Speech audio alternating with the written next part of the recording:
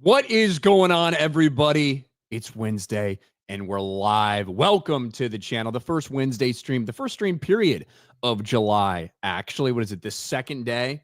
Second day in July, and here we already are. The year's half over. 2025 is half done. Congratulations to all of you out there. At least myself, I can say I have successfully wasted half of 2025 so far.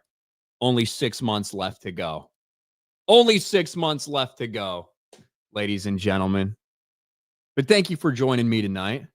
A little bit late. Had some problems. Getting the camera started. Sometimes it doesn't like to work well with Streamlabs. I have to refresh and like do all this other crap. Finally, we got it to work. Over here, I need to get the Spectrum people out here to like reset some lines or do some shit because I feel like I'm always, despite my up and down rate being solid, I'm always getting a low bandwidth message from Streamlab or from StreamYard, those fucking cocksuckers.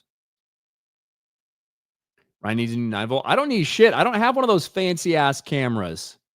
I have like the same fucking camera I've been using for 6 years. Okay. Just a USB plug, like a fucking $75 webcam or something.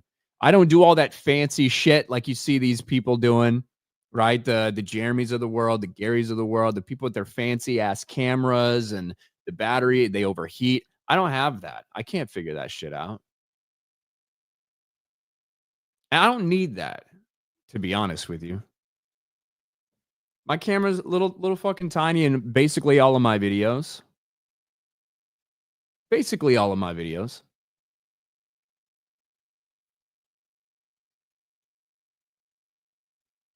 But, you know, we don't need much.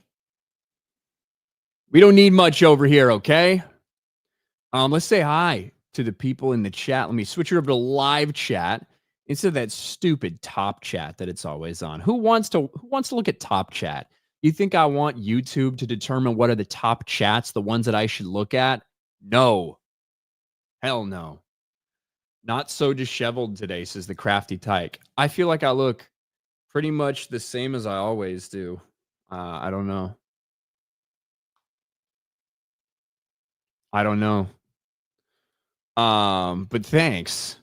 Let's scroll up here. I see Liam Neeson's chin, Enrico Matassa, DeBeast, Quentin Edwards, Sulla Felix, M. Spock, William Owens, Darth Revan, Wishful Wizard, Godzilla's Greaser, Always Ghostly, Ebony Salty, Little Orphan Funkhauser, Chikara says 1 a.m. better than 2 a.m. at least. Hey, you're up. So that's something, Chikara.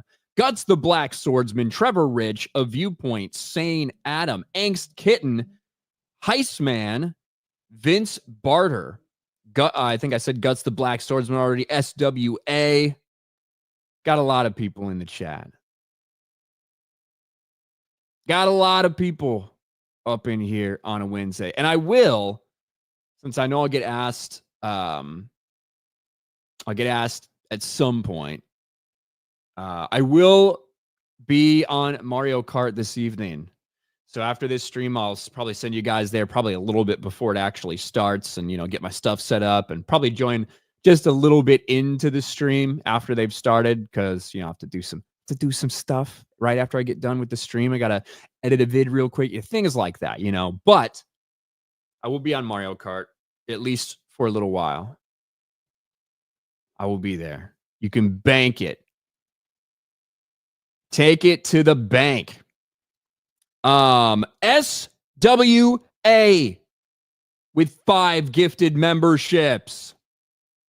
Thank you, SWA, for the 5 gifteds. I appreciate it. Congratulations to the 5 new channel members of RK Outpost.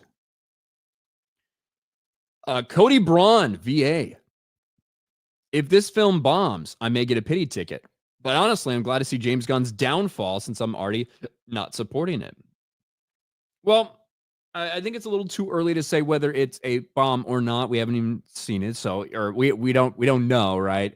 But I wanted to talk specifically about James Gunn and his comments, and probably a little bit poorly timed. And look, James Gunn's getting called a racist today for his comments about not giving two shits about what some 12-year-old in India thinks about Superman. Just really fucking funny. And the best part about it is, I actually am excited to talk about this story because the best part about it is 24 hours after this clip goes viral, they just happen to sit down with an Indian YouTube channel and do an interview that is completely and totally focused on how much they love the Indian fan base. It's really funny. Like pure like PR damage control. Um, but it's pretty good. Pretty good. SWA, what's going to happen if Super Dog flops Batman Cinematic Universe? I don't know. I know that they'll probably be happy to have Batman 2 if James Gunn's Superman does not do very well. But I don't know and I also don't know what the threshold would be, right? Like if this movie makes $700 million at the box office, one, I don't know if that would actually be profitable for them, to be honest, based on the reported budgets we've heard, based on the marketing. I don't know if it'd be profitable, but I think from a public facing perspective, if it makes that, then they will move ahead, like that type of thing. You know what I mean? Whereas certainly if it blows up, if it's huge, if it's $900 million, $1 billion, whatever the fuck, like from the public perception idea, they'll go full bore with everything. If it comes in at 550 or 6, if it's less than Man of Steel, that might be the time where they start looking at, okay, what should we do going forward? Do we pull the emergency brake? Do we rip the cord? Like, what do we do here? And I don't know. Taker for $2. Gary only uses ethnically sourced cameras and mics. Yes. Ethnically sourced. Not James Gunn, apparently. Not James Gunn.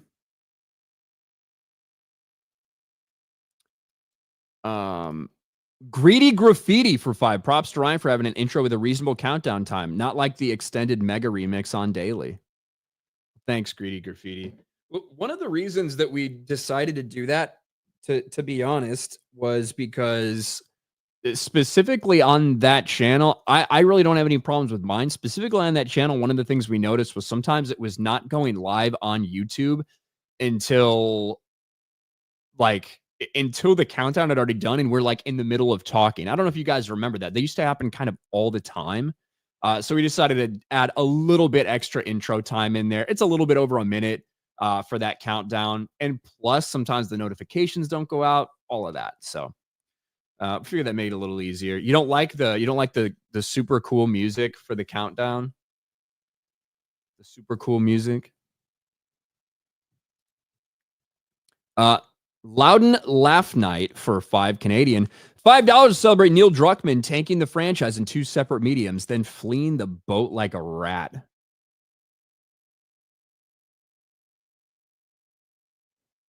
We're going to talk about it. And thank you for the 5 Canadian dollars. Old Neil Druckmann back in the news for another failure. And yeah, tucking his tail and running away, or asked specifically to leave by HBO. Who knows what the truth is there? We'll get into it a little bit later. With a terrible opening weekend, head of Blumhouse thought Megan was like Superman, just change the character and everyone go along with it. I saw an interview with Jason Blum that was something like, we thought that Megan could be, anything we made her into. We thought we could make her a hero. We thought we could make her whatever. It was very strange that you thought that that's what this thing would be. I watched the first Megan movie. It did very well at the box office, like for the money. It was like a $12 million budget, made like 160, 180 million at the box office, right? It did extremely well compared to what they put into it. They got a very good return. For most of those movies like that, and I really had hoped that Megan would be a little bit more of a slasher horror kind of movie, and it really wasn't. It was not very I don't know. They kind of walked a line where they didn't go too hard with it, And I feel like a lot of times for sequels in that realm, for better or worse, it's usually just more of the same, right? Especially some of these slasher franchises and stuff. It's just more of the same, more of the same, more of the same, more of the same. They decided to not do that. They decided to go in a completely different direction, and it does not seem like it worked at all. King of the Wicker People for $10. Hey, Ryan, have you heard the rumors that George R.R. Martin had finished Winds of Winter before they finished filming the final season, but then hasn't released it because the backlash of the final season? Have a good fourth. I can't specifically say I've seen that rumor that he completed it but hasn't released it because of this. Is the implication of that rumor that because of some of the backlash, he was looking to maybe change the way some things happened and it's been total rewrite? Is that like what the rumor says? Here's what I think. I think that George R. R. Martin takes a really long time to write things. I think that at its core, some of the major events that we see occurring in the last several seasons of Game of Thrones are what George R. R. Martin had told them was going to be involved in the story as it wound up its conclusion. Like, yes, I think Daenerys is going to burn King's Landing. Yes, I think that Bran is going to be king, right? Like a couple things that you can look at, some big tent poles of the overall story. Now, the Arya killing the Night King thing, the Night King in that form does not exist in the book, right? So that is not something I think you would really have to worry about too much.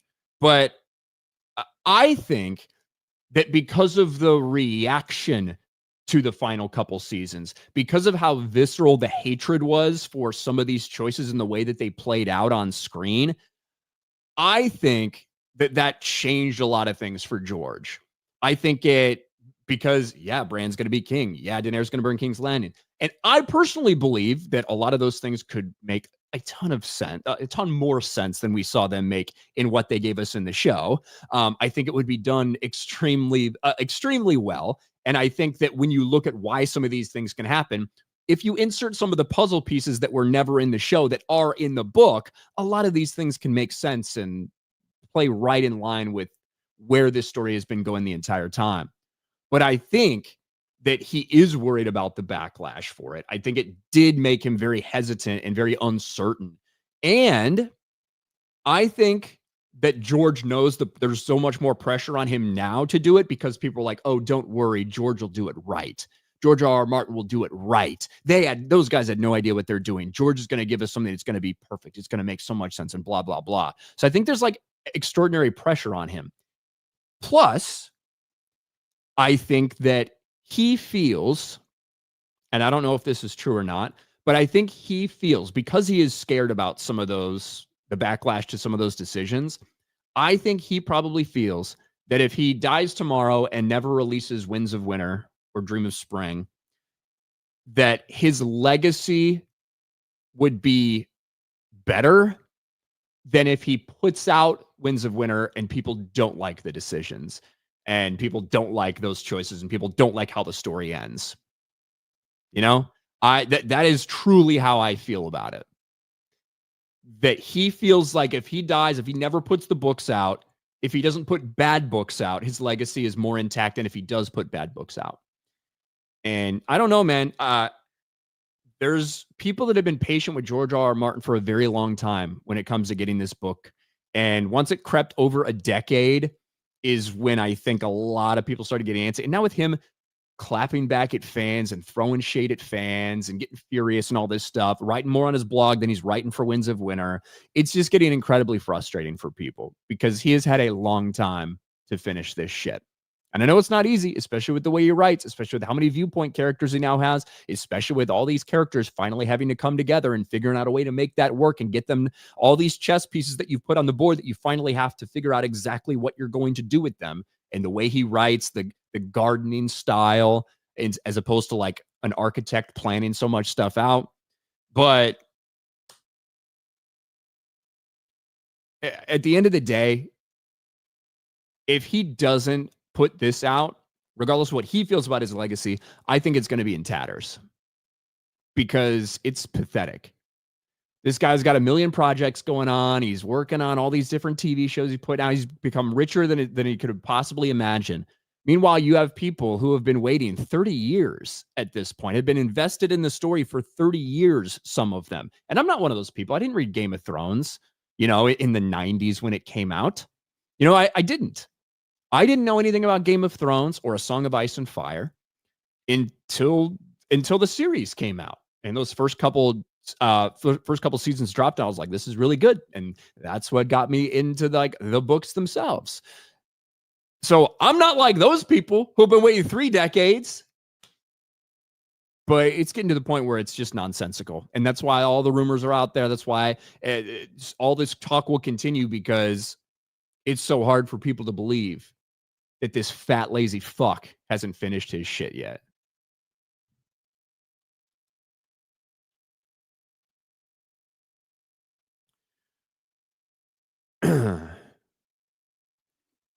That was longer than I expected.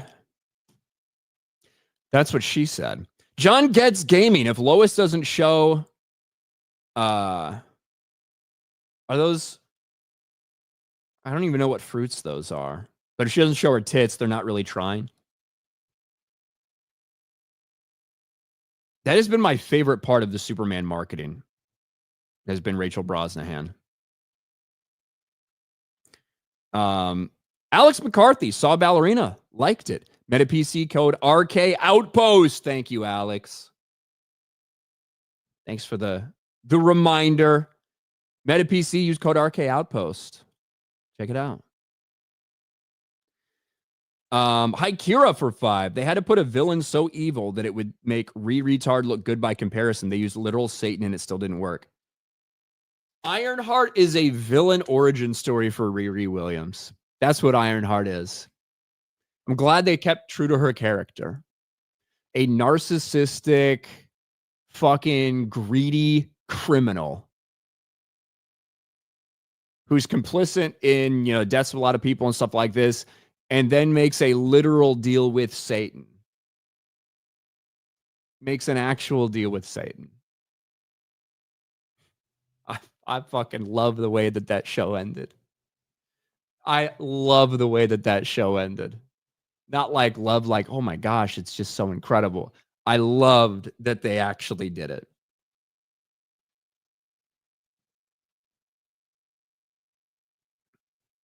I gotta admit, they truly did. They truly did the best comic book to on-screen adaptation we've ever seen for a comic book character. Riri Williams.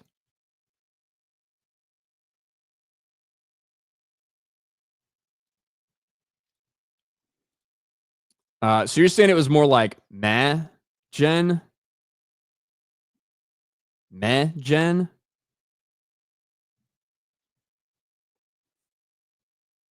What? Am I missing the reference, John? Am I missing the reference? It's probably something I referred to a while ago and don't remember what I said. Lucifer, party July 4th booze, Ryan stream before FNT. I mean, if people are willing to pay for me to get drunk, I'm willing to do a booze stream almost anytime.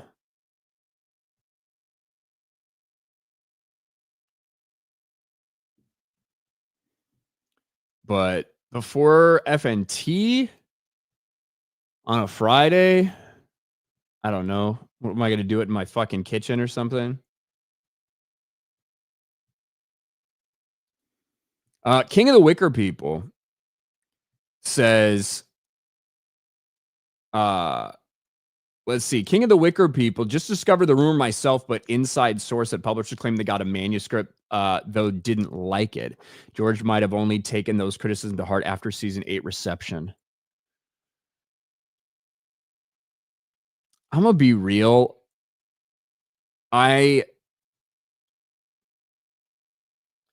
The idea that at the height of all these things, like at the height of the popularity for Game of Thrones, that like all this stuff, the idea that they would get it and be like, we don't like this, you have to work on it again. I find that difficult to buy. Because I think even if they did genuinely think it sucked, like, even if they genuinely thought, "Well, this is shit," they would have put it out because it would have sold fucking crazy. You know what I mean? But I don't know. But it's like so the season here's the problem, like, with a lot of the complaints surrounding it and stuff. Like I said, I think some of these core things, like Bran being king is gonna happen. Like, that's going to happen in the books. But as opposed to Bran being portrayed the way he was portrayed and the actions or lack of actions he took during season 8 and, like, all of this shit,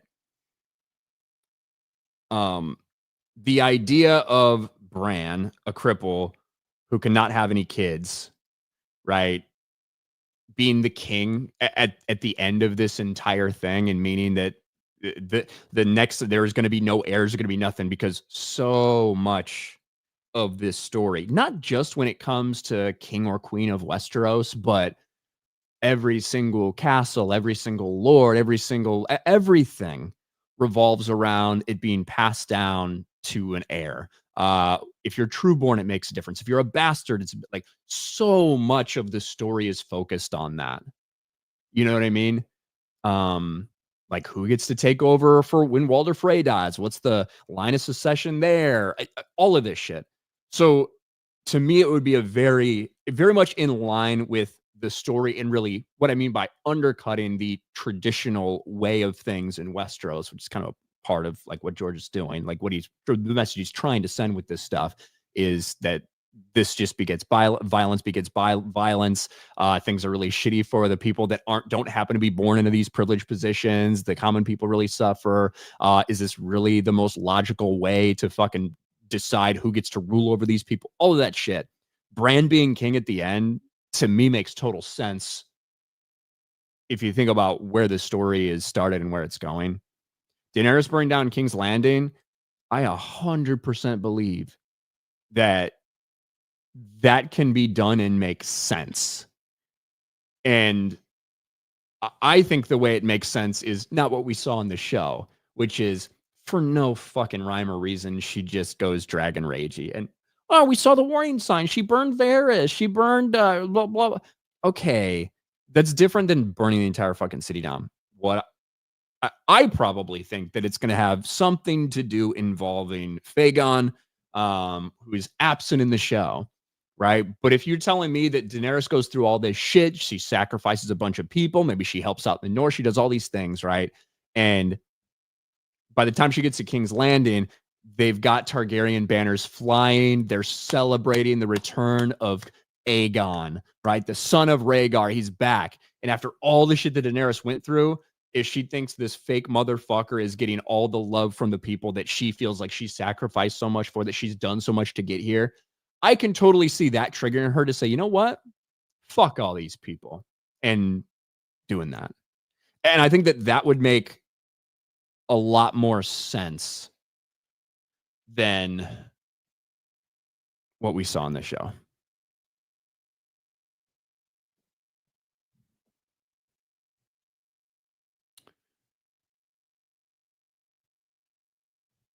Is Fagon a Blackfire? Maybe. Shut up about spoilers. It's too late for that. It's too late for that.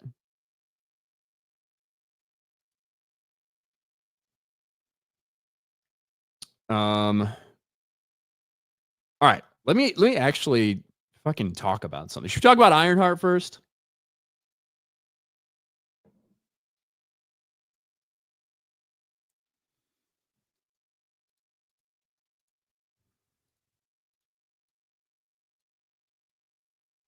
I think we should talk about Ironheart.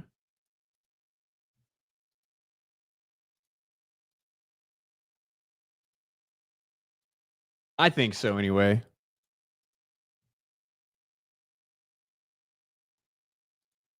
Need some water first.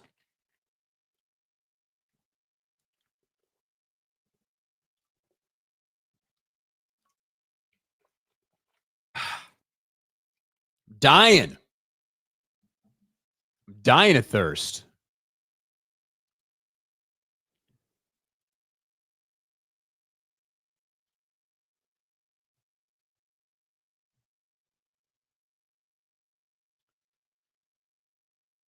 Not me, a spider guy in chat. Is there somebody in the chat that's putting out spoilers for something?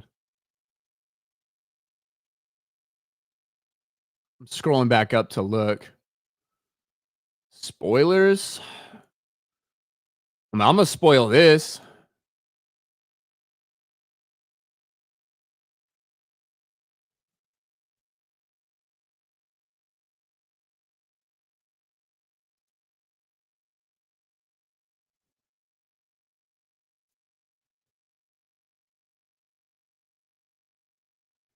I'm going to spoil this shit. But I don't see, I guess I don't see anything, at least not what you guys are talking about. Ironheart, says the lovely Sherry. That's incredibly inappropriate and very racist of you, the lovely Sherry. How dare you? Ironheart. Yes. Ironheart. Riri Williams. Well, the story of Riri Williams as Ironheart in the MCU started last week, and already within a week it's over because Marvel had absolutely no faith in this series, rightly so, because it was a gigantic pile of shit. But after it debuted the first 3 episodes last week, last night we got the debut of the final 3 episodes of Ironheart, and now it's all over. And spoiler alert, it ends on a cliffhanger, a show that was made 3 years ago. That we have no confirmation of we'll ever see any of these characters again, ended on a cliffhanger of all things. But when it comes to Ironheart, they wanted it to be a short discussion about this show. They wanted to put out as quickly as they could to bury it with all these other things coming out and then kind of forget about it. Because let's just face it, the reaction to this series has been about exactly as expected when you look at IMDb. See, it's at a 3.8. And despite removing a lot of the negative reviews on Rotten Tomatoes, it still is hovering at around 50% from the audience. And when it comes to the numbers, well, Disney's been pretty quiet about the numbers for Ironheart. They haven't said anything, and it did not make the Luminate ratings chart, the streaming originals ratings chart, in the first couple days of its release either. But we had to talk about this ending. And yeah, I'm going to talk about a couple things that do happen. And a lot of these things were spoiled months or even years before the show came out because it's been in limbo for so long. But I do have to say, I got to give them credit. This is one of the best page-to-screen adaptations of a Marvel comic book character that we've seen in quite some time.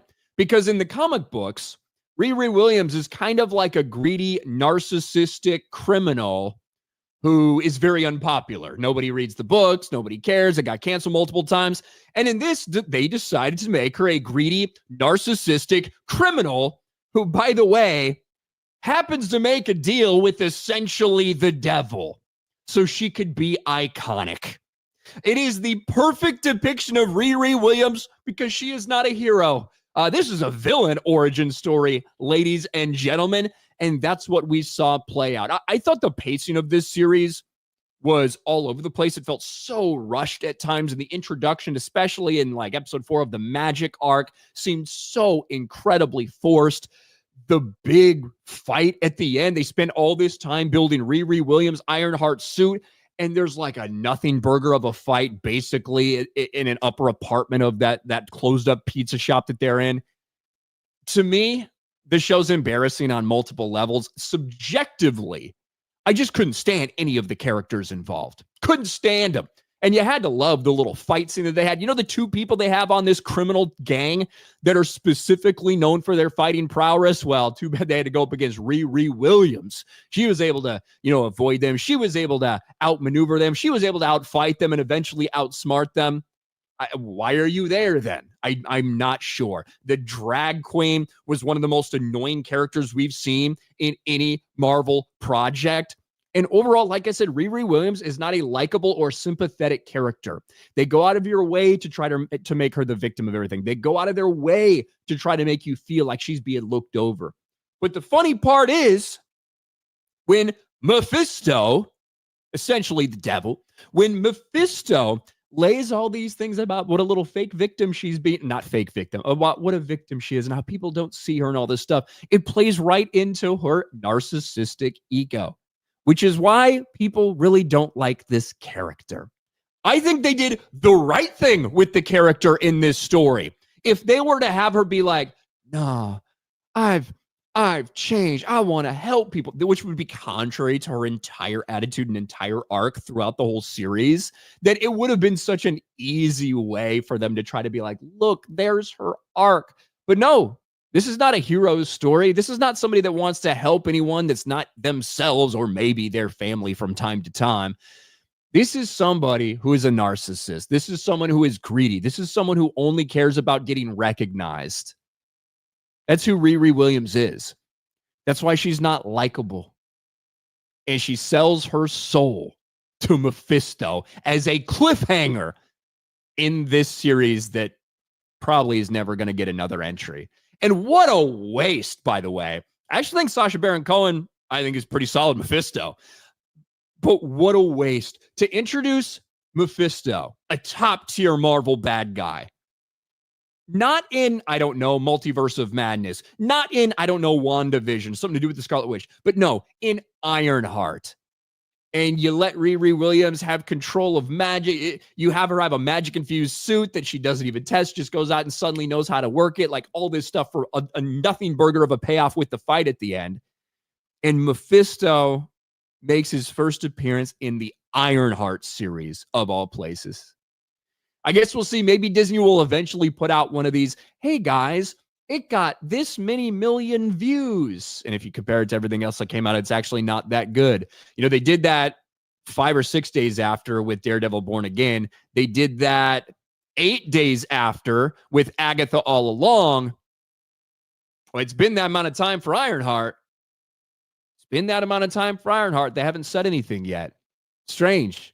But maybe we'll see eventually how Ironheart actually performs in the ratings, because one thing's for sure, not a lot of people like this series, and understandably so.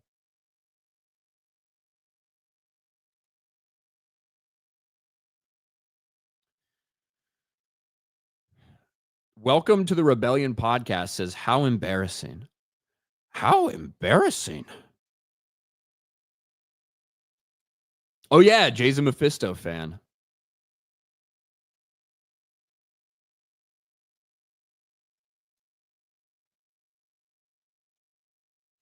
Jay's a Mephisto fan. That's right.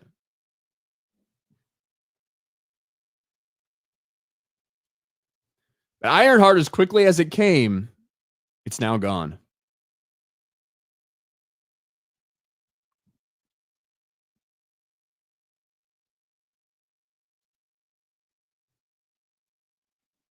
It's all over now. Comic Sense for 2. Ryan, is that Kyle Katarn on the wall behind you? Yeah. I've got Kyle Katarn right there, right next to the sign. Under him, I've got No Manor. I've got Revan over there. I've got Malgus. Above, you can't quite see. It's out of the frame, but I've got Dash Rendar and Prince Zizor.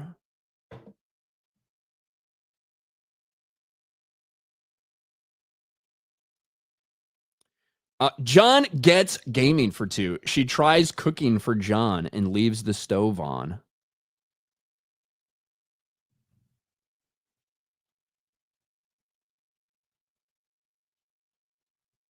Who are we talking about?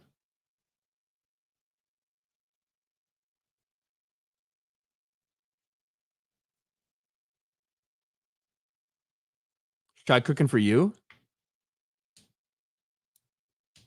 Thanks, John. Check out John's channel, by the way. John Gets Gaming. Ministry of Wrong Thing for 5. You're talking about an ending that requires special care and dedication when the writer doesn't even have basic decency to write anything, let alone.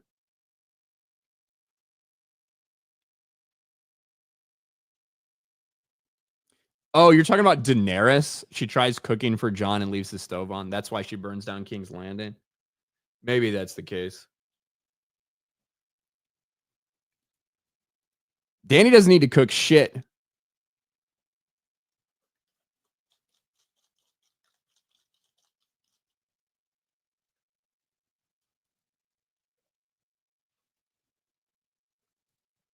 And also Jon Snow, like,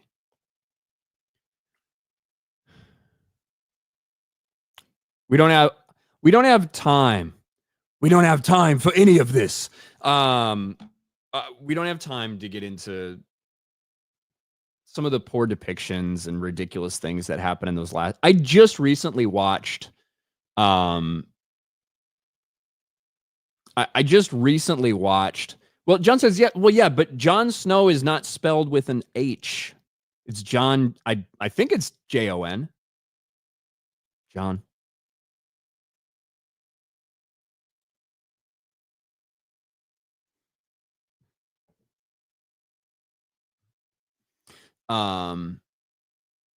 So that's why it went over my head. Okay, that's why.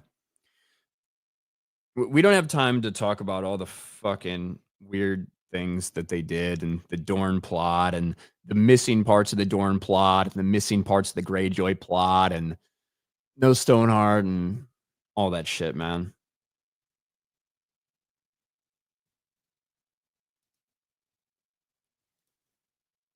Ryan, you deserve a lifetime N-word pass for this trash.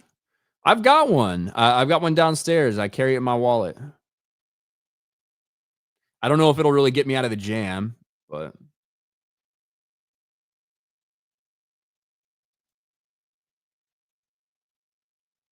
Hugo says Thor Love and Thunder fucking sucks. I'm not sure what that has to do with the price of tea in China, but I mean, I agree. It's awful. It's terrible. I'm not gonna argue with you. Zendo Deb for 5. Thanks for watching this Drek, Ryan, so we don't have to. Well, you're welcome, Zendo Deb. Yeah, I had it on this morning while I was basically doing shit around the house effectively when I had it on. Not my most enjoyable watch through. I'm watching Jurassic World Rebirth tomorrow, right after Daily with me and Jay.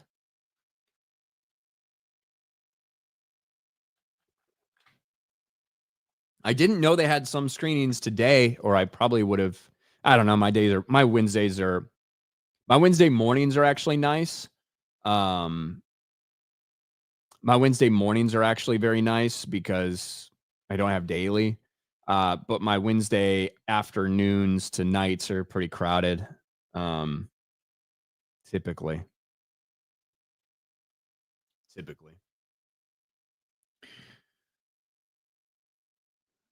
Ryan's more likely to be invited to BBC before BBQ.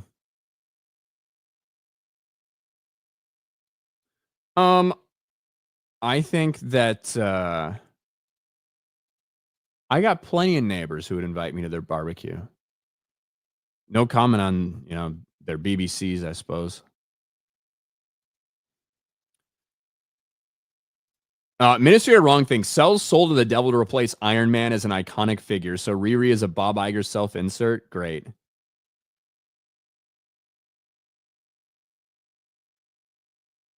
Look,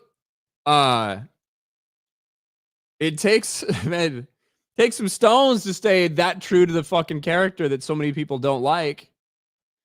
Like I personally thought that at the end when they were when she was seeing those things, I was like, that's what she thinks she could possibly have, right? And she's gonna be like, no, I see what your kind of deals do to people. I'm not about that. I want to be a hero. Like, I thought that's what was gonna happen. I did. It takes some sort of balls to stay true to the fucking character and make her a fucking villain. That's what they're doing. How funny is it now? Some of these how funny is it now? Some of the articles that were coming out, then it's like, wow, with Riri Williams, she might be the perfect hero with a combination of magic and her iron suit to go up against Doctor Doom. And it's like, bro, this bitch just sold her fucking soul to Mephisto.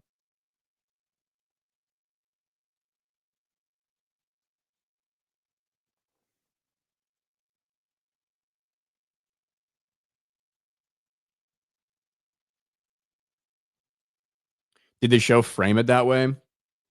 The show did not frame it as harshly as I'm framing it. But the show definitely framed it in a sense that it was very like a foreboding thing, like a thing that she's going to fucking specifically pay a price for by doing that. At the very end, when you see her hug Natalie. Yo, Ryan, what do you think of the Kenobi season 2 rumors? I made a video about it a couple days ago. I don't put too much stock in them necessarily, but would I be surprised? No, I wouldn't be surprised. How could I be surprised at this point?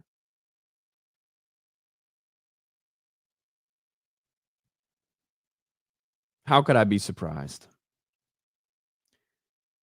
My Allen I Dolphins. Is this Alan, the fucking guy who played with us a couple times in Mario Kart? Hey, Ryan, will our team win the Mario Bowl? Your team won't, Alan. Get fucked. Angst Kitten, is there an in-universe explanation for why Doctor Strange doesn't turn up in Ironheart? Wouldn't he be interested in such magic shenanigans? If you remember, the last time I believe we saw Doctor Strange was at the end credit scene of Multiverse of Madness, when he hops into that fucking space-time portal thing. So we have no idea what's going on with Doctor Strange.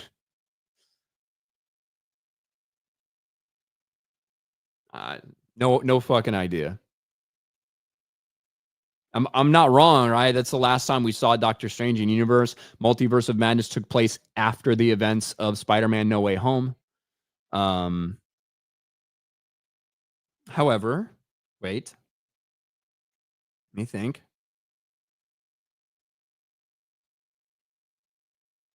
And that came out after Wakanda Forever. Or sorry. Multiverse of Madness came out, and then Wakanda Forever came out later that year, right? And this takes place 6 months after the events of Wakanda Forever, according to the Marvel timeline. So I think, as far as we know, Doctor Strange is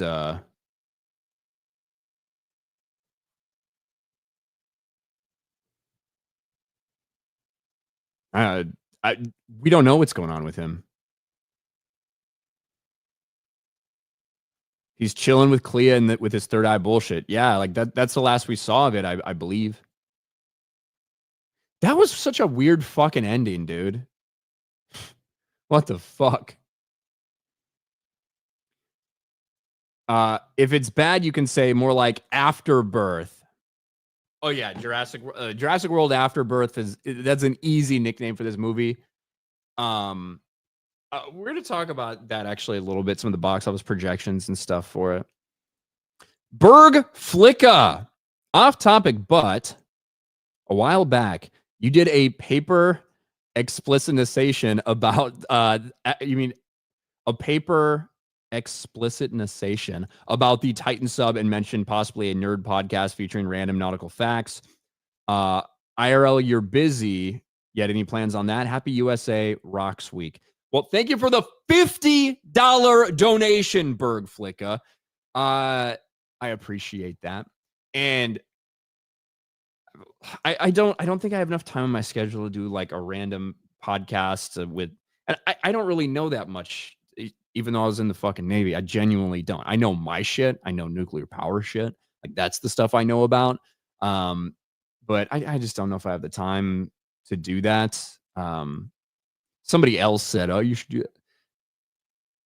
Maybe I guess it would be cool to sit down and have random conversations about stuff. Maybe I can get to the point in my life and with the channel at some point that I can just sit down and do random podcasts with people and talk about whatever and anything and stuff. That would be cool. You never know. But yes, I actually did an explanation about the effects of tensile stress on things effectively, and how pre-existing flaws in something can can basically be incredibly debilitating to a piece of material when you're stressing it multiple times, when you're compressing over and over again, compression and expansion. And ironically enough, I didn't know at the time that that submarine was made out of carbon fiber, which is fucking insane. I recently watched the documentary about the Titan sub, and holy fuck. It's kind of shocking that it didn't happen well beforehand. Um, you could literally hear the boat slowly, not, but the submarine slowly breaking apart. And what was happening is that stress, like the repeated stress of going, thousands of feet down, all of that fucking water, all of that pressure for something that really wasn't made to stand up to something like that, but was cheaper and cheaper to essentially cheaper to transport and stuff. And then what they let happen is they actually let it out and sit there and freeze. It's fucking wild. People should watch the thing on the Titan sub and realize that that was a disaster in the making.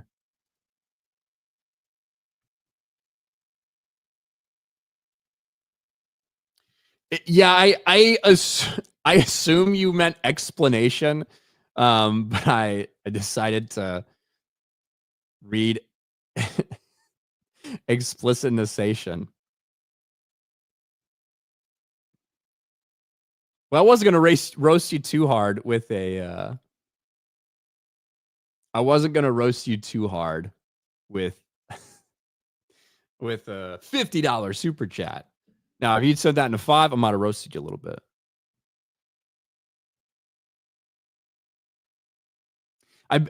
Yeah, the example I did was it was really stupid. And it was one of the first ways I learned about how stresses in different ways can affect a piece of material. Lance, wouldn't Mephisto giving Natalie her life back imply that he had power over her soul? Was Natalie in hell? That would check out for a friend of Riri's. I don't think Natalie did anything wrong in her life. Not in her, not what I mean is Natalie, she was fucking got shot in a random drive-by or whatever. I don't think she would have been I don't think she would have been down in hell. I don't know. Who knows what Mephisto can do? Jaguar for 20. I don't watch super Hiromo movies. I know, however, follow you because you go to war with the wokes and you do God's work. Thank you. Well, thank you, Jaguar. Not everybody watches superhero shit. And luckily, that's not all I talk about either. But I appreciate the follow and I appreciate the $20 super chat. Thank you. Enakmaman reviews and rants for 5. Just saw F1 with my dad. I still think Warfare is the best film of the year, but this is my favorite because it was so fun. A lot of praise. A lot of praise for F1.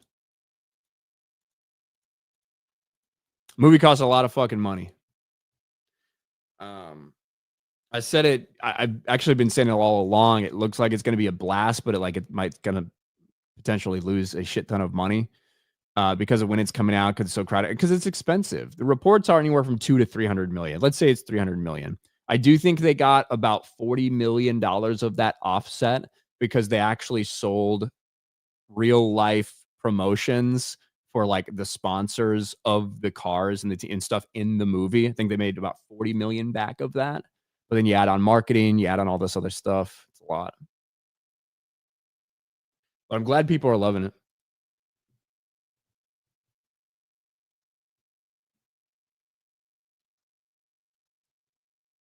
I'm glad people are loving it. Like McDonald's. Should we talk about James Gunn?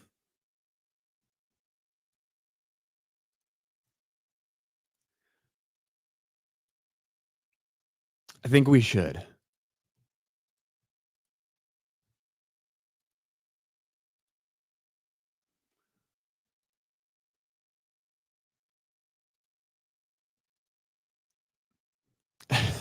This is such a funny story, man.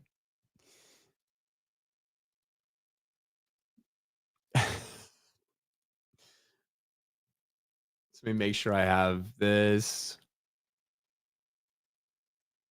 Okay.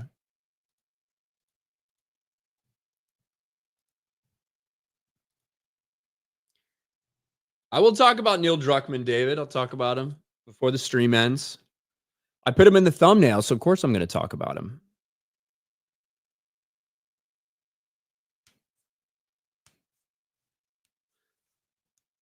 Oh, shit. Let me water up. Let me fuel up here. Some more water.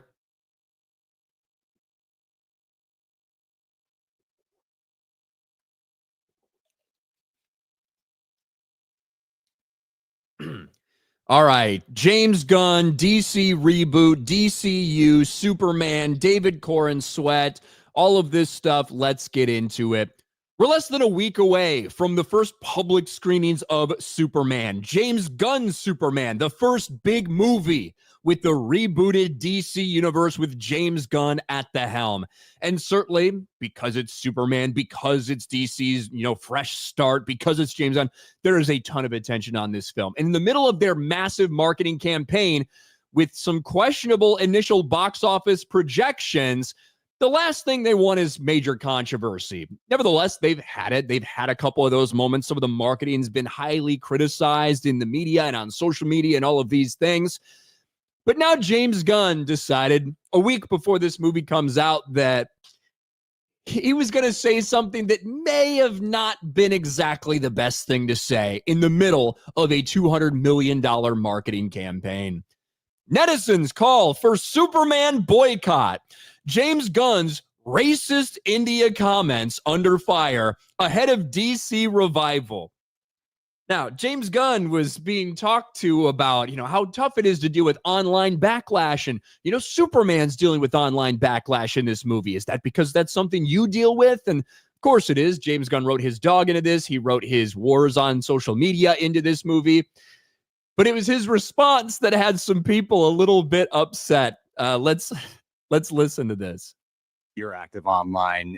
We've seen what you've had to deal with. That's right. A couple little things here and there. Was any of that infusing in here cathartic for you, or why did you want to incorporate Superman's responses that he has towards online criticism? Well, obviously I relate. Obviously I relate to that. I do tune out most of social media, but every once in a while there'll be somebody who will say something. It's always the weirdest stuff. It's never what you expect. Mm-hmm. Some weird thing that I go, God, that guy, I'm gonna, and then I go, I think I might be getting upset about something a 12-year-old in India is saying. You know what I mean? I'm like, let it go. But now there's some stuff in here to dig apart. I think I might be getting upset about a 12-year-old in India says. Who the fuck cares what he says about Superman? I find the comment hilarious in general, but it's because of all the backlash surrounding this thing.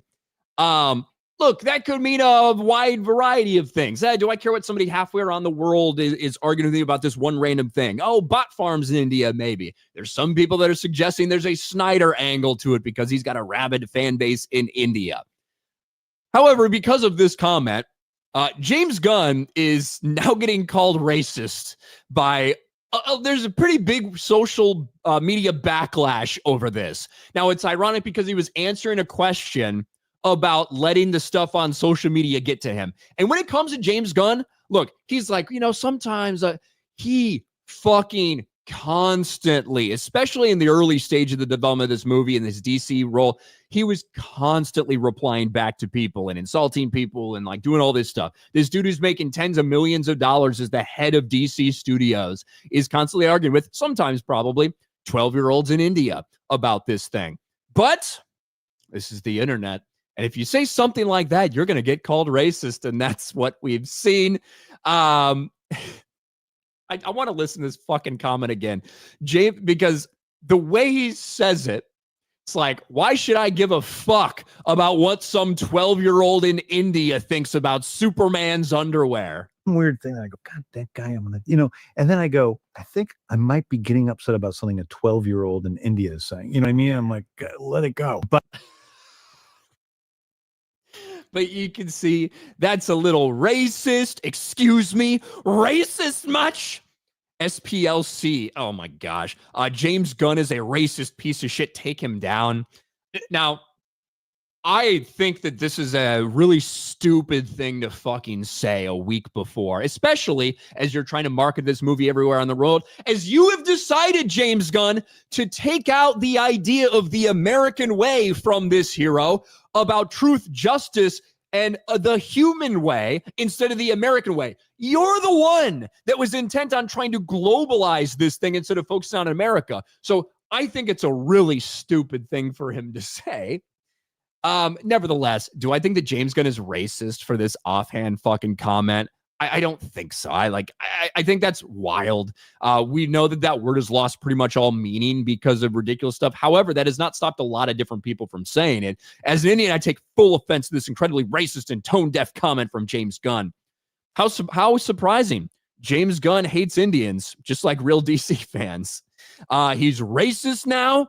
He's racist now. And it kind of goes on and on and on and on and on when it comes to this stuff. There was a lot of backlash yesterday.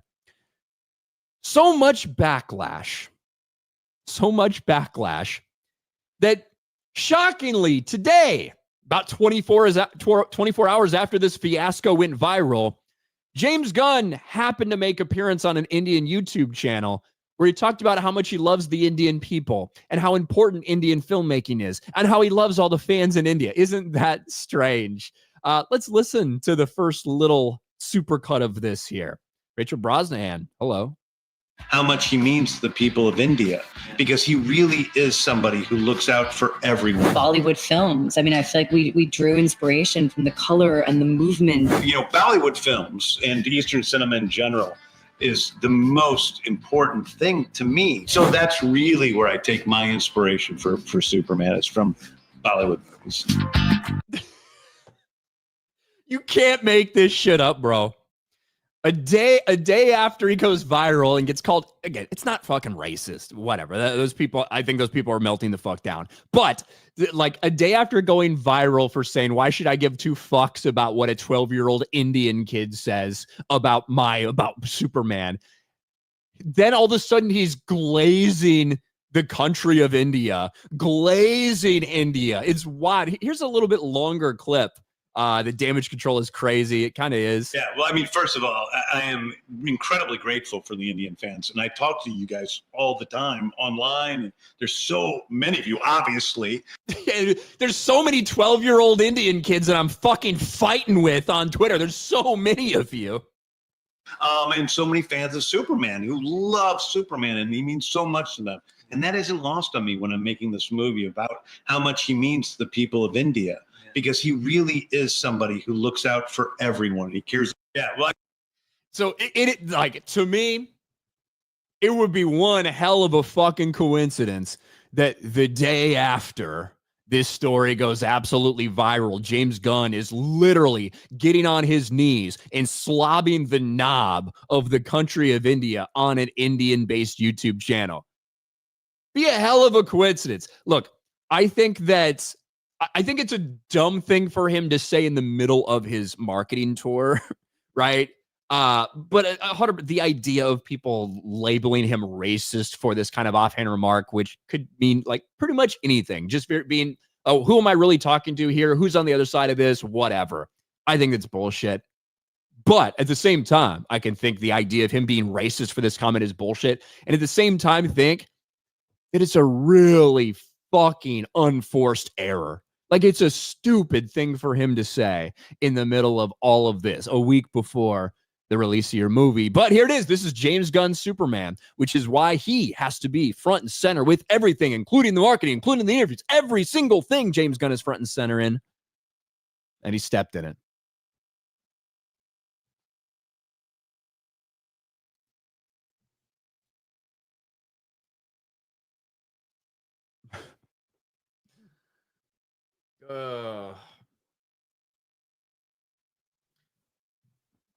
I don't know.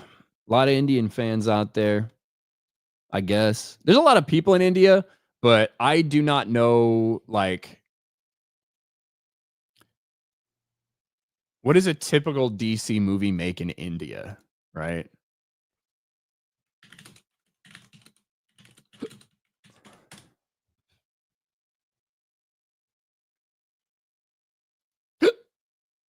Excuse me. Bollywood is my inspiration for Superman. That's what this motherfucker said. Which I know a lot of people like a lot of the Indian movies and stuff like that, but it really, Bollywood is your inspiration.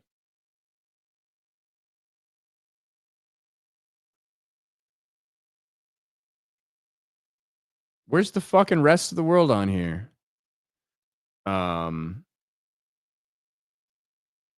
Man of Steel only has Australia and Ukraine and not a single other fucking territory listed. I mean, Batman versus Superman.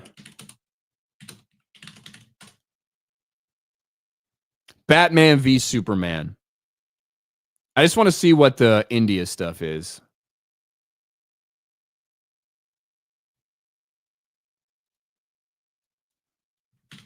Batman v Superman. Dawn of Batman v Superman. The numbers. That's all I want. Dawn of Justice.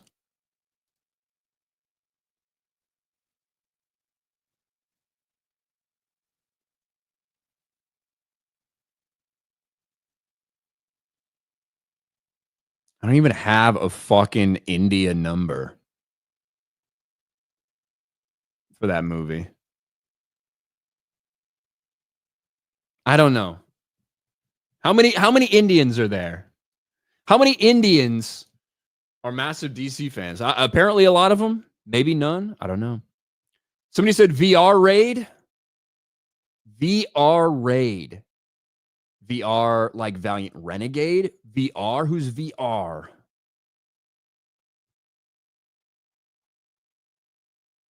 Did I get a raid? Well, thank you very much. I'm assuming it's Valiant Renegade. I don't know. Two Penny Puppet says VR raid. Look, I know there's a lot of people in India. I just wonder what effect they would have at a box office. Superman's not looking good in China. Superman is not looking good in China at all. At all. It's looking really bad, in fact. Like Superman, Avatar 2 only made 56 million in India. God damn. And that made what, $2 billion? We got a couple Indians in chat. Look, I don't think a comment like that is going to dissuade a ton of people from going to see a movie. I just don't. But it's like not a thing that you want to be fucking headlines a week before your movie releases. It's just not. Hey, there's Valiant. Valiant Renegade says, yep, it was us for $10. Thank you, Valiant. We were just talking about how James Gunn doesn't fucking care what 12-year-old Indians think about Superman. Now, you'd think that James Gunn would have learned a lesson about commenting about 12-year-olds, but I don't know.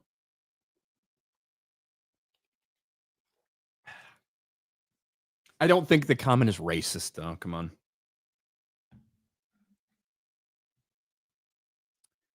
Come on. I said that one. Oraxis for 2 said VR raid.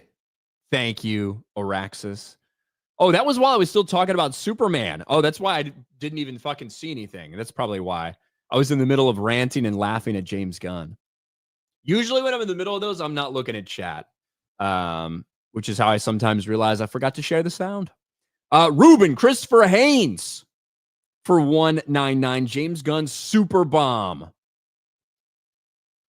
The Super Bomb from James Gunn.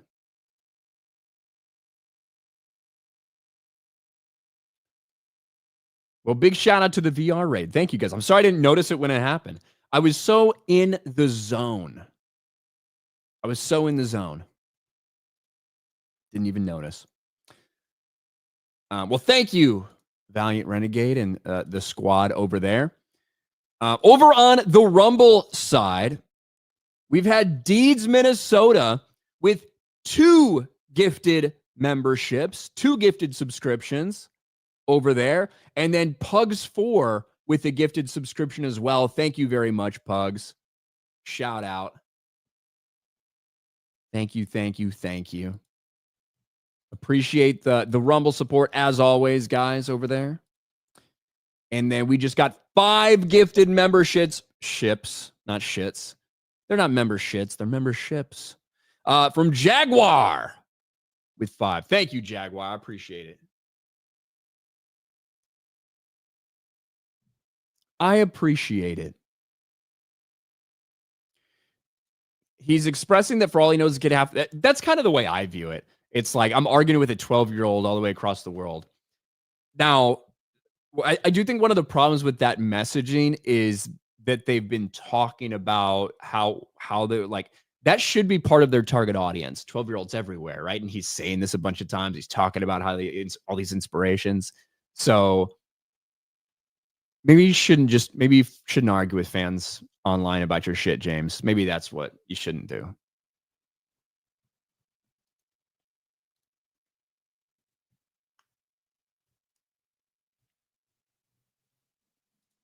Maybe that's what you shouldn't do. A viewpoint for Russian 5. Who thought the scene of Superman being beaten down in the snow, the very first scene in the trailer, could be a prediction of the box office? Yeah, just put a little red tracking arrow pointing down on that sequence. Yeah, that would work. I think that's like the first scene of the movie, man. I think that's the first scene of the entire movie, potentially. Maybe. Should you talk about Neil Druckmann?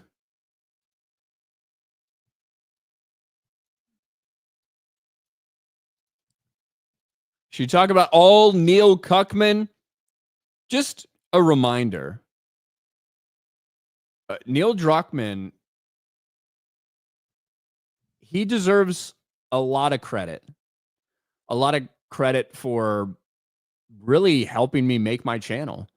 My channel was just kind of cruising along, a couple thousand subs, something like that, before The Last of Us Part 2 leaks came out, and Neil Druckmann false copyright struck my channel not once but twice. Naughty Dog, Sony, Muso Entertainment, false copyright struck my channel. And man, that was a launch pad. That was a takeoff point.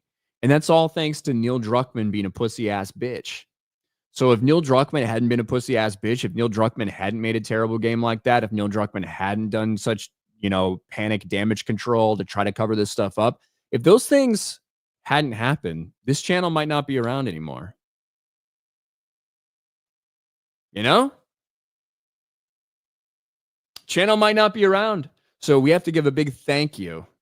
I'm not actually going to pour a drink right now, but we can give a big thank you to Neil Druckmann. Look at my cup. There you go.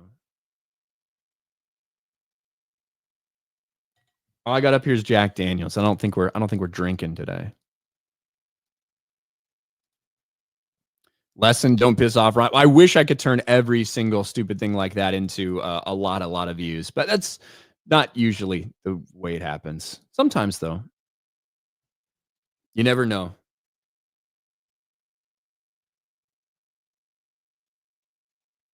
You never know. All right, let's get to this. The Last of Us television series. A little rough. For a lot of people. People that don't like seeing fucking ugly potato face, non-binary lesbians, whatever the fuck Bella Ramsey is. People that didn't like the story in Last of Us Part 2 because the story was dog shit and everybody hated it, even when Ellie actually didn't look like a potato face, non-binary person. At least Dina was hot. She was. That's the most unbelievable thing, that Dina would be willing to settle for this. That's the most disappointing part. Most unbelievable thing. But let's get into this because we got some news. We got some news about The Last of Us today. The Last of Us Season 2 was an unmitigated disaster for HBO, and one that shouldn't have been surprising to a single person. because they decided to make a season 2, just like they decided to make The Last of Us Part 2, the video game, 5 years ago.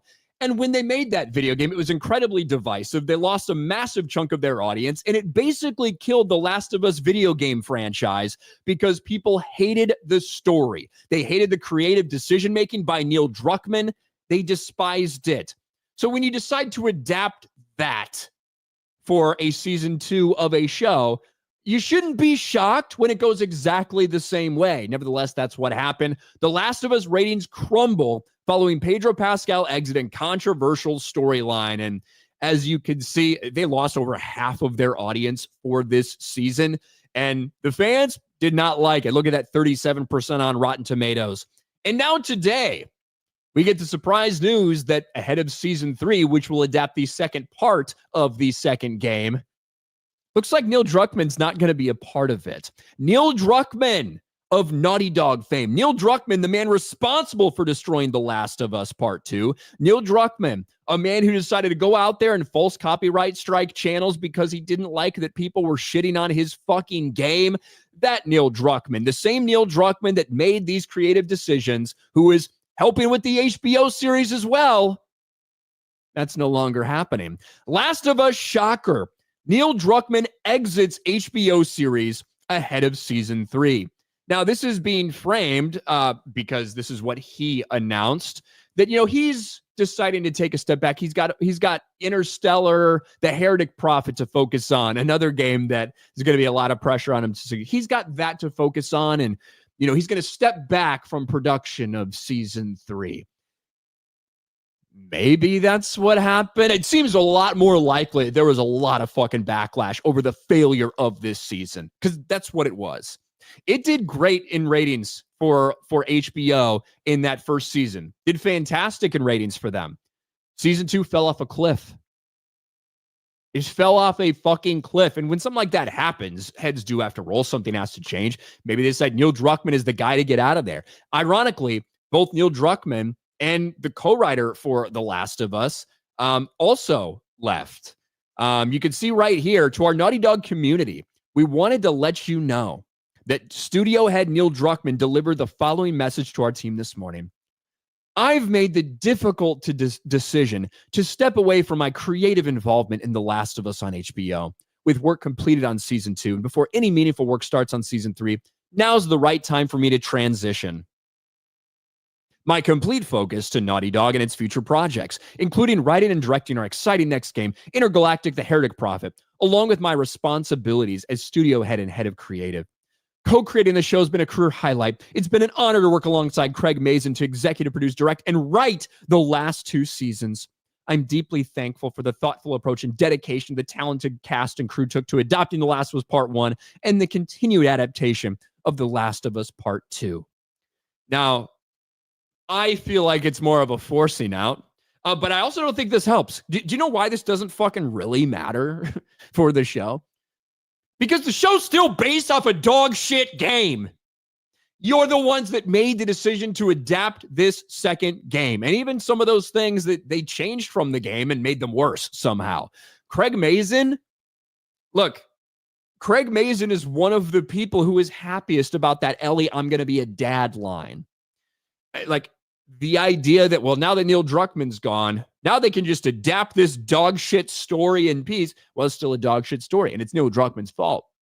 But to me, this feels much more likely that there's some sort of force from HBO that's pushing this out, because something has to change. Craig Mazin certainly isn't going to go, and it's probably Neil Druckmann. Neil Druckmann probably the fall guy for this.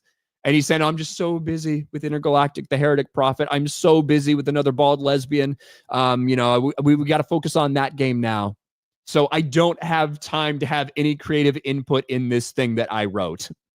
Okay, sure, buddy. But look, it's not like we couldn't see this disaster coming. We talked about it 5 years ago. And when we heard a Last of Us series was in the works, we said, hey, season 1's probably going to do great. Probably should stop there. Probably shouldn't adapt season 2. And this is why. Everybody hates it.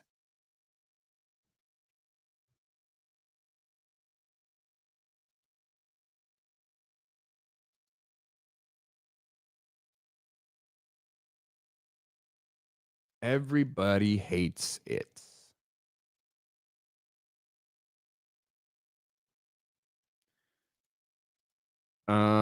Kevin Jenkins, props to Mr. Grizzy for providing amazing coverage of Last of Us shilling over the show and just how truly shit it was, both him and the FNT crew. Well, thanks, Kevin Jenkins. Shout out. Yeah, I couldn't watch the second season. Couldn't watch it.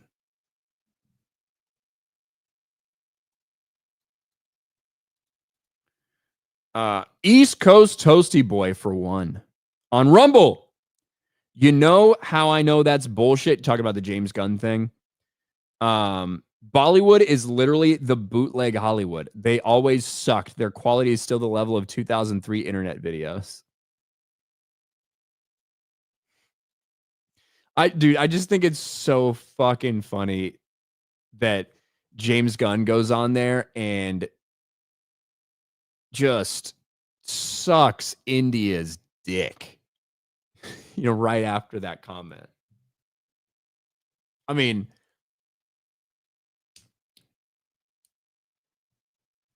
I guess, is that what you do if you don't want to issue an apology? You're just over effusive praise.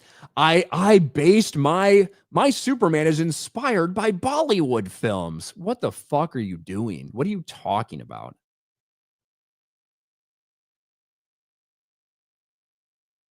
It's very weird.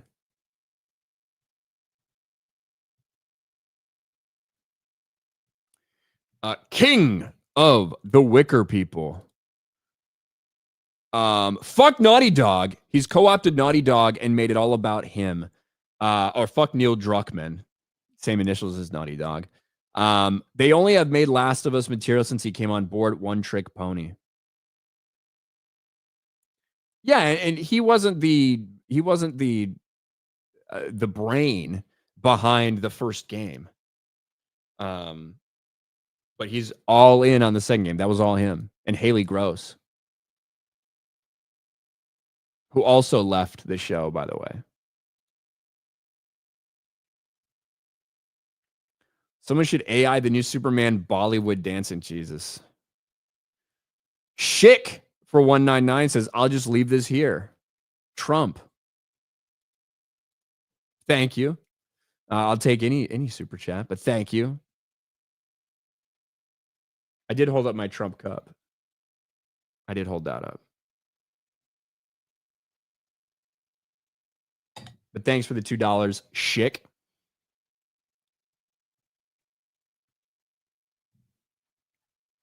East Coast Toasty Boy says, where's the lie? What do you mean? Where's the lie? The lie about what? Oh, shit. I almost forgot about this. I pulled this thing up. I meant to talk about this. Fuck, where'd it disappeared? Why is it doing that? There it is. Found it.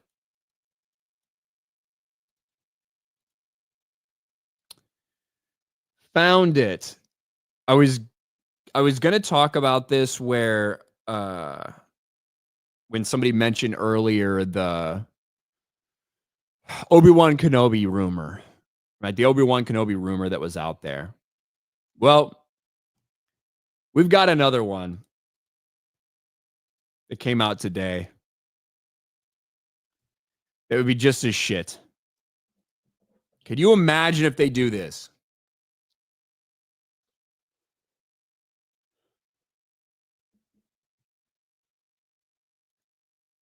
Could you imagine?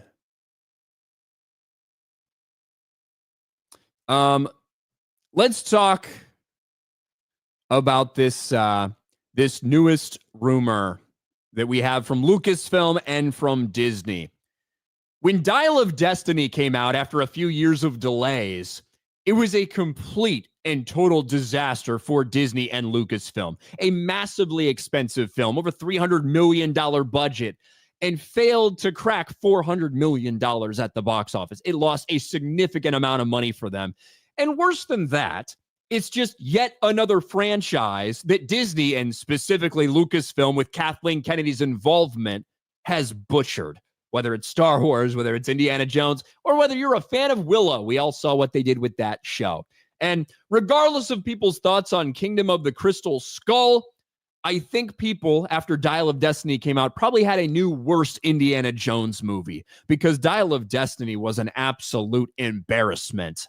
Well, now looks like Lucasfilm and Disney might be ready to go back to the well sooner rather than later.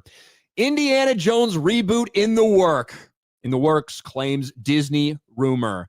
And yes, Disney's reportedly planning a full reboot of the Indiana Jones franchise. Looks like Indiana Jones might actually be headed for the reboot treatment. According to a recent report from Diz Insider, Disney and Lucasfilm are considering a full relaunch of the iconic adventure franchise. While nothing's been officially announced, the report said, Lucasfilm is letting the franchise rest for a bit before they do a full reboot of the franchise. I would expect the studio to announce something next year at the D23 Expo, because even though the last film tanked at the box office, Indiana Jones is still an iconic IP, and Disney Lucasfilm do not want to waste that. Of course they don't. Of course they wouldn't want to let something just sit there, especially after they killed anything that could possibly be done with it. It's okay for some things to not be rebooted. It's okay to not just mine these IPs for all they're worth. It's okay, but that's not why Disney bought Lucasfilm. They bought them to mine them. They bought them to turn them into content mills. And I think it's only a matter of time before it happens in all of Star Wars as well. Like, just wait for that. I think that'll probably happen a little while later. But just wait, that'll happen too. But if this report is true and they announce this thing, are you just going to throw more fucking terrible money after it? Are you just going to lose more? We saw what happened with Dial of Destiny, and that was with Harrison Ford returning as Indiana Jones. Doing a full reboot with somebody else and slapping Indiana Jones on it, unless it's good, it's not going to matter. And knowing the people that are involved with this, what are the chances that it would actually be good? Probably wouldn't. Probably wouldn't. And I think it's a horrific idea. I love Indiana Jones. And look, Kingdom of the Crystal Skull is not in the same level as the first three. A lot of people, when it came out, said it's not a real Indiana Jones movie, all that stuff. I think there's some good stuff in Kingdom of the Crystal Skull. And at the very least, it leaves off on a very happy ending with the wedding at the end. Dial of Destiny immediately undoes all of that, eviscerates him as a character. It was embarrassing. And now, looks like they might want to go back to the well for more. With a different actor, full reboot. Maybe they'll make Indiana Jones lame and gay. Maybe they'll make Indiana Jones a black transgender woman in a wheelchair. I don't know. Anything could be in the works for Disney and Lucasfilm.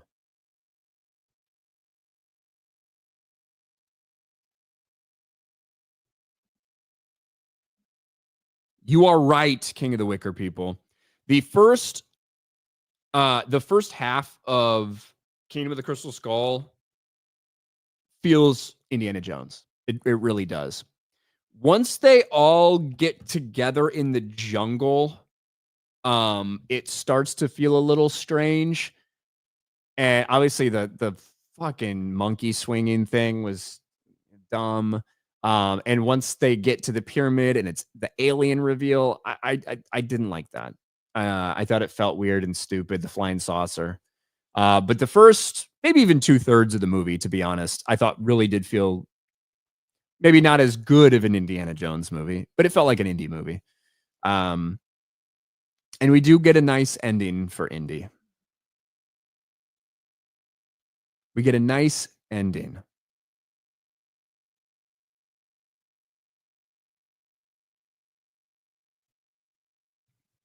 Which is good.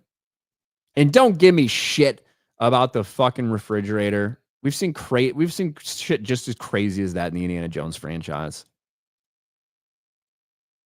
This is a motherfucker who is like pulling out hearts and shit.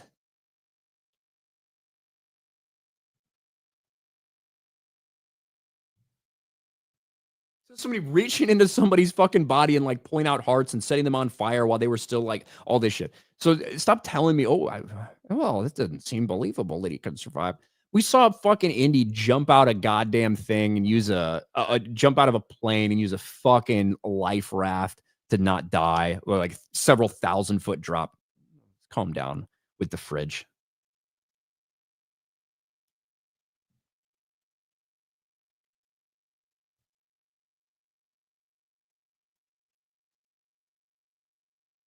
Just calm down with the fridge.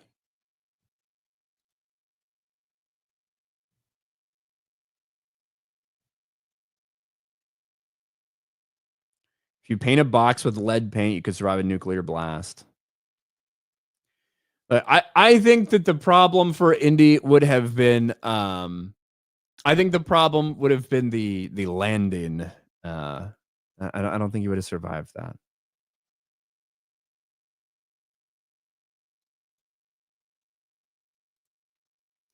Justin Martins for 5. Is the horseface one still involved with Indiana Jones? Haven't heard from her in a while. No. And what a reboot would be not her, you know, obviously.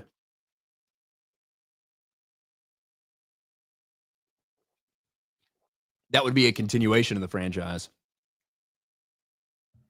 not a reboot.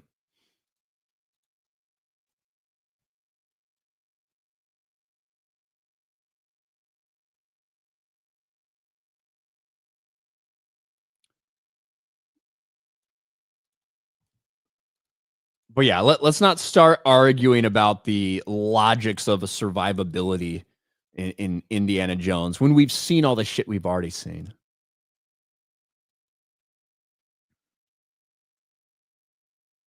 Or Sundowners Club says Horseface. Yes, Phoebe Waller-Bridge also got canceled for Tomb Raider.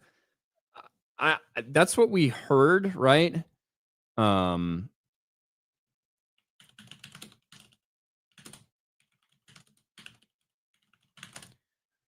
But then I felt like, didn't we see I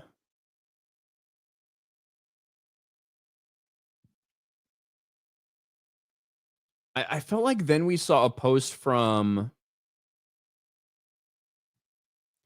so we got a report in April that it had been shelved. However, I felt like we saw posts from Sophie Turner, who was supposed to be Lara Croft in that, posts from her like showing off her working out for the role and everything after that. So I don't know.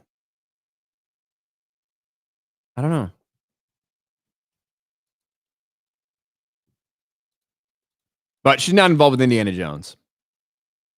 East Coast Toasty Boy for a buck says, I would just back in my other super chat with the where's the lie. I thought you were responding to somebody else in chat. I thought you were responding to somebody else in chat. I got you, East Coast Toasty Boy.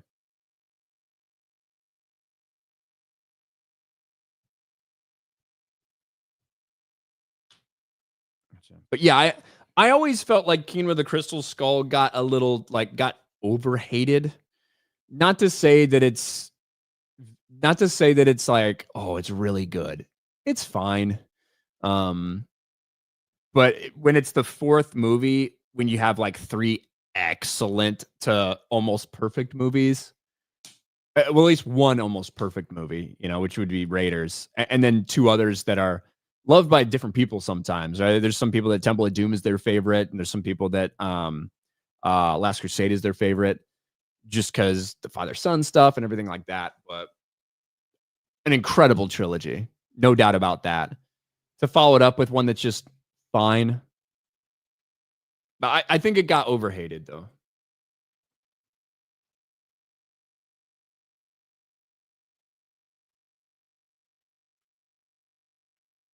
Can't even stop getting graped by Ramsey Bolton. I don't know. I know her dick's bigger than Theon Greyjoy's. I know that. Ministry of Wrongthink for $1.99. Did you already read my $10 super chat from earlier? Your $10 super chat. I've read a couple from you, Ministry of Wrongthink.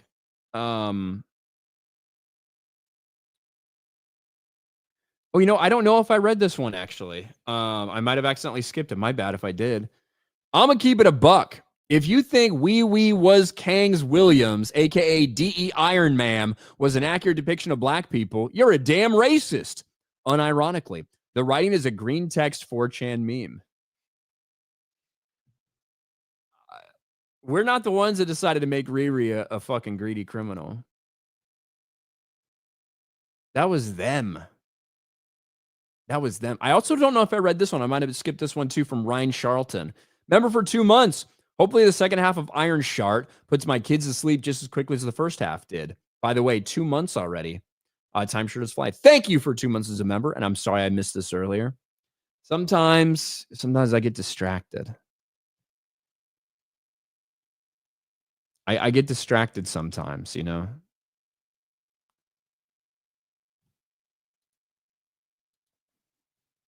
What can you do?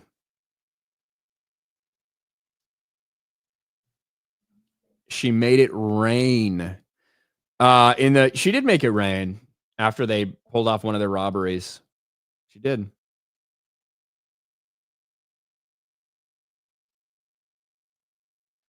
Ryan, what's my favorite? To me, it would go Raiders, Last Crusade, and Temple of Doom.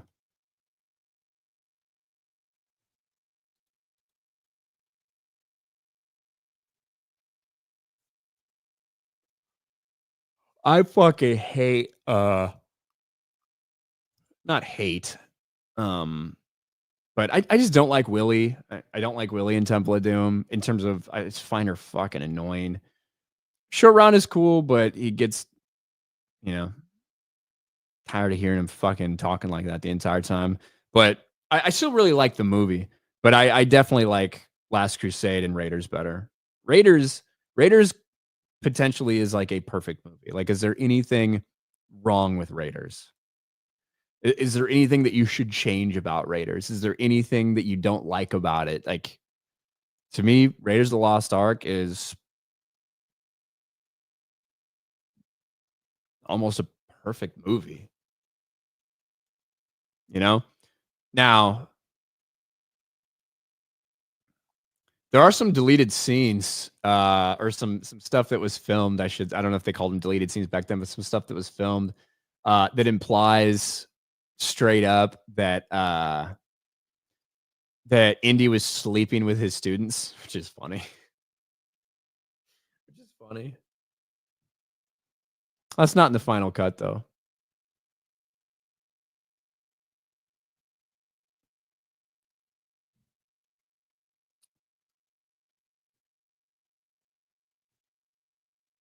Cleveland, am I the only one who prefers Last Crusade over Raiders? No, there's a lot of people that like Last Crusade is their favorite indie movie. Like, there's a lot of them out there, and a lot of it's Sean Connery, the father-son stuff. It's an awesome movie. Raiders' one flaw is the cliche Nazi villains. When it was fucking made, was it really a cliche to have a Nazi villain? I don't know.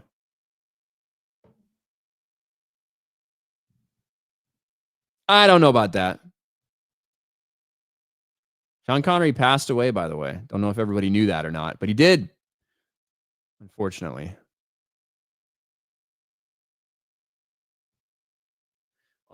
But I think that's all I had on tap to talk about. We talked about Neil Druckmann. We talked about Ironheart. We talked about a random Indiana Jones thing.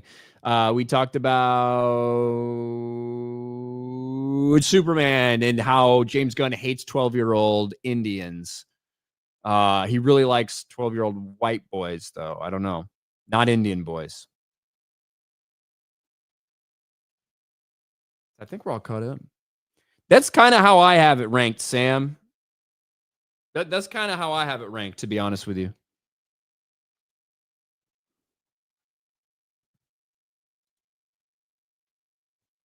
Mario Kart tonight? Yes!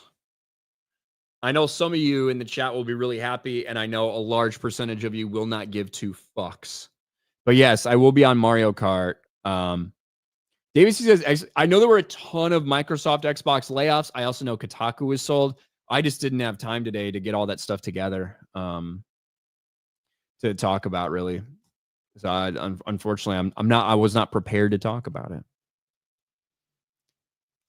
Real Dark, hope you have a good 4th of July. Hey, I hope so too. I have zero plans. George R. Martin's scheduled to attend 5 conventions. Maybe he'll bring his laptop with him. Oh, he doesn't write on that. Well, look, everyone should give up hope that he's ever going to finish it. Everyone should give up hope that he's ever going to finish it. Just for real. You'll feel better if you stop having hope. Well, you'll feel worse consistently, but you won't have the highs and lows. So that's one way to think about it. I know it's not live yet and we won't be live for another while, but just in case. Oh, come on. Don't do that to me, you cocksucking motherfucker. Don't do that bullshit. I'm talking to my computer, by the way. Mario Kart is... God, yeah, that's not happening for another 20 minutes.